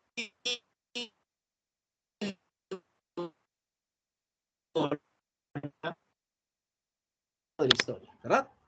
¿Conocen algo de Edipo Rey? ¿Saben ustedes del desarrollo de esta historia? Detalles en torno a lo que acontece con Edipo. Edipo es el Sí, rey de Tebas, ¿correcto? Muy bien, pero Tebas está experimentando una desgracia. Una peste está causando gran mortandad. Y entonces los tebanos se aproximan al palacio de Edipo para preguntarle al rey el motivo de la peste. Edipo le responde y le dice que ha enviado a su cuñado Creonte a averiguar a través del oráculo el motivo de la peste. Y cuando Creonte retorna, le dice a Edipo lo que el oráculo ha manifestado. El oráculo ha dicho de que la peste es un castigo divino debido a que el verdadero asesino del rey Layo, quien fue gobernante de Tebas, aún no ha sido castigado y está presente entre los ciudadanos. Y al enterarse de ello, Edipo asume la misión de averiguar la identidad de ese asesino. Por lo tanto, el coro le recomienda a Edipo consultar con el adivino Tiresias. Tiresias es un hombre ciego y de avanzada edad quien es llevado al palacio de Edipo. Edipo le hace una serie de interrogantes para dar con el asesino, sin saber que la persona a quien busca es el mismo. Y entonces Tiresias trata de evadir esas preguntas, se va por la tangente, no quiere revelar tan terrible verdad. Y esto es tomado por Edipo como una serie de evasivas porque seguramente Tiresias sabe quién es el asesino y eso molesta a Edipo. Incluso cataloga a Tiresias de ser cómplice de ese asesino por no revelar su identidad. Pero Tiresias es un hombre de gran sabiduría y vamos a ver cómo la va a aplicar. Sabiduría implica también hablar con la verdad. Y así hablará Tiresias y le dice finalmente a Edipo, ¿quieres saber quién es la persona a quien buscas? Nada menos que tú. Tú eres la persona a quien estás buscando. Y al escuchar esto, Edipo se molestará mucho más. Edipo piensa que su cuñado Creonte y Tiresias se han puesto de acuerdo para hacerle pasar un mal rato. Edipo sospecha de que Creonte tiene ambiciones políticas y quiere ocupar su lugar. Entonces vamos a ver cómo esto ofusca bastante a Edipo. Al final Tiresias se va del palacio y luego aparecerá Creonte. Y Creonte y Edipo van a sostener una fuerte discusión. Edipo acusa a Creonte de tener ambiciones, de valerse de Tiresias, etc. Pero Creonte era noble, era una persona incapaz de tener esas aspiraciones. Lo cierto es que, muy contrariado, Creonte se retira. Edipo sigue ofuscado, molesto, y aparece Yocasta, su esposa. Y entonces Yocasta le dice, Edipo, ¿qué pasa? ¿Por qué tantos gritos? Y Edipo le dice, lo que pasa, Yocasta, es que tu hermano, a través de Tiresias, me ha acusado a mí de ser yo el asesino del rey Layo. ¿Cómo es posible? Y Yocasta le dirá, cálmate, Edipo, no hagas caso a esas versiones. Bien sabemos aquí en la ciudad que Layo fue victimado por bandoleros en tierras extranjeras y tú no tienes absolutamente nada que ver. Mira, para que te calmes y para que estés más tranquilo, déjame decirte que ni siquiera algunos vaticinios logran cumplirse. Así que no hay que creer en esas versiones y tampoco hay que creer en ciertos vaticinios. Mira, te cuento algo del pasado. Cuando Layo vivía, él y yo tuvimos un hijo y tras nacer consultamos con el oráculo y el oráculo dijo que esa criatura iba a matar a su padre y se iba a casar conmigo. Y entonces, ante ese temor, Layo dispuso la muerte de esa criatura. La criatura murió y ya ves, él fue victimado por bandoleros en un cruce de 3 caminos. Tú no tienes nada que ver. Pero cuando Yocasta dio este dato, Layo fue victimado en un cruce de 3 caminos. De pronto en Edipo se despierta una sensación de temor y de remordimiento. Y muy asustado le dice a Yocasta, espera, ¿qué has dicho? ¿Que Layo fue victimado en un cruce de 3 caminos? ¿Dónde exactamente fue victimado? ¿Y cuándo fue victimado? Bueno, Layo murió poco antes de que tú llegues a la ciudad, en un camino donde confluyen los cruces de Delfos y de Daulia. Puede ser, dice Edipo, y Edipo empieza a asustarse. Pero, ¿cómo es posible? Dime, Yocasta, ¿Layo viajaba solo o viajaba acompañado? ¿Cómo era Layo? Vamos, dame esos detalles. Y Yocasta le dirá, mira, por cómo has reaccionado, me da miedo responderte. Pero está bien, te lo diré. Mira, ahora que me lo preguntas, Layo tenía tu estatura, el cabello encanecido y de rostro se parecía a ti. Y Edipo empieza a asustarse más. Pero ¿él viajaba solo o quién lo acompañaba? Viajaba con una comitiva, un heraldo entre ellos. Y dime, Yocasta, ¿qué pasó con todos esos acompañantes? Bueno, lamentablemente, pues ellos murieron. Sobrevivió, sí, una persona, y él trajo la versión de que fueron bandoleros. ¿Dónde está esa persona? Estaba aquí en el palacio, pero cuando tú llegaste al poder, me pidió irse del palacio. Creo que se dedica al pastoreo. Bueno, es necesario que lo traigan para que ratifique su versión, propone Edipo. ¿Y por qué Edipo está tan asustado? Y le cuenta a Yocasta algo de su pasado. Le dice Edipo que tiempo atrás, cuando él residía en Corinto, cuando vivía junto a sus padres, el rey Pólibo y la reina Mérope, Edipo, durante un banquete, escuchó que una persona ebria le dijo que él no era hijo del rey Pólibo. Y cuando le preguntó a su padre y a su madre, ellos le dijeron que no haga caso a esa versión. Pero no conforme con la respuesta, fue a consultar al oráculo y el oráculo dijo que él iba a matar a su padre y se iba a casar con su madre. El temor lo embargó y decidió nunca más regresar a Corinto y divagó por diversas tierras hasta que llegó a un cruce de 3 caminos donde tuvo un altercado con un anciano, se enfrentó a él y a sus acompañantes y bueno, tras ello finalmente llegó a la ciudad de Tebas. Los hechos están prácticamente coincidiendo salvo la versión del único sobreviviente y Edipo se siente culpable. Cuando de pronto llega un mensajero de Corinto anunciando la muerte del rey Pólibo. Edipo entonces piensa que la muerte del rey ha sido por su culpa. Matarás a tu padre y como nunca regresó, piensa que Pólibo murió de pena y no puede regresar a Corinto porque el vaticinio dice y te casarás con tu madre. Tiene temor de que pase algo allá en Corinto con la reina Mérope. Entonces el mensajero le contará un secreto a Edipo. He de contarte que tú no eres hijo del rey Pólibo, tú eres adoptado.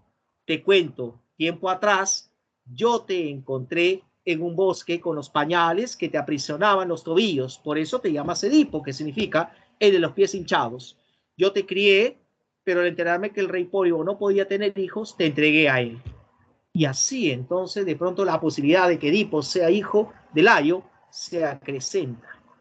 Entonces, en medio de esta situación, finalmente el único sobreviviente, ese hombre que se dedica al pastoreo, es llevado al palacio. Y Edipo le hará una serie de interrogantes. Al principio se niega a revelar la verdad, pero después accede a responder las preguntas. ¿Conoces este hombre que es mensajero de Corinto que dice que antes de que él fuese mensajero fue pastor? Bueno, no me acuerdo de él, pero sí, el mensajero de Corinto lo reconoce y le dice al pastor, ¿te acuerdas que hace mucho tiempo los dos pastábamos nuestros rebaños cerca del monte Citerón? Bueno, fue a ti que te dieron la orden de deshacerte de una criatura. ¿Te acuerdas de esa criatura? ¿Sí? El hijo del rey Layo. Bueno, esa criatura está aquí frente a nosotros. Y entonces el pastor responderá a las preguntas de Edipo. ¿Qué orden te dieron en aquel tiempo? Matar a un niño. ¿Y ese niño era del palacio o era de la servidumbre, del palacio? ¿Quién te lo entregó? Su propia madre, Yocasta. ¿Pero por qué no mataste a esa criatura? Porque sentí compasión por ella y creí que lo mejor sería entregarte a este otro hombre que era pastor en ese tiempo para que te lleve lejos de aquí. Y la versión de los bandoleros cuando aconteció lo del Layo, bueno, fue parte de mi cobardía, mira. Y entonces vamos a ver cómo prácticamente se ha llegado a la verdad. ¿Cuál era esa verdad? Que Edipo, sin saberlo, había matado a su padre y se había casado con su propia madre. Pero Yocasta había llegado a esa misma verdad antes que Edipo. Ella había optado por suicidarse en su habitación, ahorcándose con su propio cabello. Y entonces cuando se entera de esa muerte, Edipo va desesperado en su búsqueda y la encuentra precisamente en su habitación muerta. Edipo cogerá los broches del vestido de Yocasta y decide reventarse los globos oculares. Se impone un autocastigo, pero para Edipo habrá un castigo y ese castigo será el destierro. Y así finaliza Edipo Rey. ¿Cuál es el tema principal de la obra? La limitación humana en controlar su destino. El destino, fíjense cómo en la obra, aparece como una fuerza superior, pero que actúa a través del propio individuo. La obra expone entonces la incertidumbre acerca del destino del hombre. Otro detalle importante en la obra es que Edipo aparece como una especie de chivo expiatorio, es decir, él toma las culpas de la ciudad de Tebas y procura con su castigo la salvación de los ciudadanos y por ende la liberación de la ciudad de esa terrible peste. Otro aspecto importante es la relación que se establece entre visión y ceguera. La verdadera visión, la auténtica visión es interior, la visión exterior es falsa. Y la ceguera física en este caso, que implica la adquisición de esa visión interior, representa al mismo tiempo la adquisición de sabiduría. Detalles que vamos a poder apreciar a través de Edipo Rey. Bien, jóvenes, el tiempo ha llegado a su límite, creo que me excedí un minuto. La disculpa del caso, trataré de orar en ese sentido. Así que comparto con ustedes las claves de las preguntas propuestas para esta presente semana. Muchísimas gracias por la atención prestada, por de pronto las preguntas, los comentarios, las acotaciones. Y conmigo será hasta nuestra siguiente clase. Muchísimas gracias. Cuídense bastante. Nos estamos viendo dentro de 7 días. Chao. Hasta luego, profesor. Chao.